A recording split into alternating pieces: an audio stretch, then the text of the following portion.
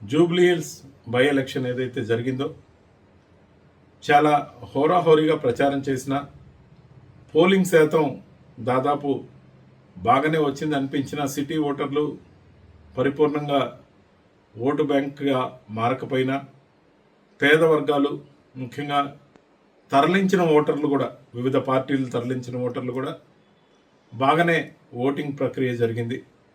అంతా బాగా జరిగింది. కానీ ఇప్పుడు చూడాల్సింది ఏంటంటే ప్రచారం అయిపోయిన సాయంత్రం నుంచి అన్ని రాజకీయ పార్టీలు ముఖ్యంగా ప్రధాన రాజకీయ పార్టీలన్నీ కూడా అనేక రకాలుగా ఓటర్లని ఇంటింటికి వెళ్ళి ఏదైతే వాళ్ళు చెప్పుకోవాల్సింది ఏదైనా ఉంటే బహిరంగ ప్రచారాలు కాకుండా ఖచ్చితంగా కూడా సమూహాలుగా కాకుండా ఒక కార్యకర్తలాగా ఒక్కొక్కరు ఒక్కొక్క ఇళ్ళకి వెళ్ళి ఓటర్ని పర్సీవ్ చేసిన తీరైతేమి వివిధ అంశాలు కులం మతం అనేక రకాల వర్గాలుగా విభజించి ఓట్లు లాగాలనుకున్న పార్టీలు అయితే ఏమి మరి ప్రచారం దశ దాటి ఓటరు చాలా గట్టిగా ఆలోచించి ఇది బై ఎలక్షన్ కాబట్టి ఏం చేస్తే బాగుంటుంది, ఎవరిని గెలిపిస్తే ఈ బై ఎలక్షన్కి ఈ 3 సంవత్సరాల పాటు సేవ చేస్తారు అనేది ఆలోచనని పరిగణలోకి తీసుకున్నప్పటికీ బీజేపీ గట్టి నమ్మకంతో ఉంది ఖచ్చితంగా గెలుస్తుందని.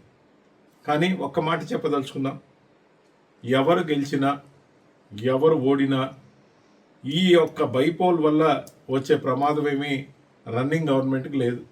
అనేక ప్రభావాలు ఉండొచ్చు, కానీ సామాన్యుడు కానీ ఎవరైనా వ్యాపార వర్గాలు కానీ యువత కానీ మా పార్టీ అభ్యర్థి గెలుస్తాడు మీ పార్టీ అభ్యర్థి గెలవడని చెప్పి బెట్టింగ్ రాయుళ్ళుగా మాత్రం దయచేసి మారద్దు. ఎందుకంటే 14వ తేదీ కౌంటింగ్ జరుగుతుంది, 11వ తేదీ పోలింగ్ ముగిసిన సందర్భంగా ఇప్పటి నుండి 14వ తేదీ ఉదయం దాకా కౌంటింగ్ జరగడం మొదలయ్యే వరకు బెట్టింగ్కి ఆస్కారం ఇచ్చే అంశాలు రెచ్చగొట్టి బెట్టింగ్ని ప్రోత్సహించే వాళ్ళని నమ్మి ఎవ్వరు కూడా ఒక్క రూపాయి కూడా బెట్టింగ్ల జోలికి పోకుండా ఎవరు గెలిచినా ఎవరు ఓడినా ఒకరి డబ్బు పోతే మరొకరికి రావటం తప్ప, ఒకరికి బాధ కలిగితే మరొకరు సంతోషంగా ఉండడం తప్ప ఈ బెట్టింగ్ల వల్ల వచ్చేది ఏమీ లేదు. కాబట్టి ఏ పార్టీ గెలిచినా ప్రజాస్వామ్యం గెలిచింది అనుకుందాం. బెట్టింగ్ల జోలికి దయచేసి పోకుండా 14వ తేదీ మధ్యాహ్నానికే దీని ఫలితం వస్తుంది. కాబట్టి అందరం ఖచ్చితంగా ఫలితం కోసం నిరీక్షిద్దాం. అంతేగాని ఎట్టి పరిస్థితుల్లో బెట్టింగ్ల జోలికి ఎవరు రెచ్చగొట్టినా ఎవరు ఎన్ని రెట్లన్నా అదన్నా ఇదన్నా ఆశపడవద్దు. ఖచ్చితంగా ఆ విషయంగా జాగ్రత్తగా ఉంటారని ఆశిస్తూ నమస్కారం.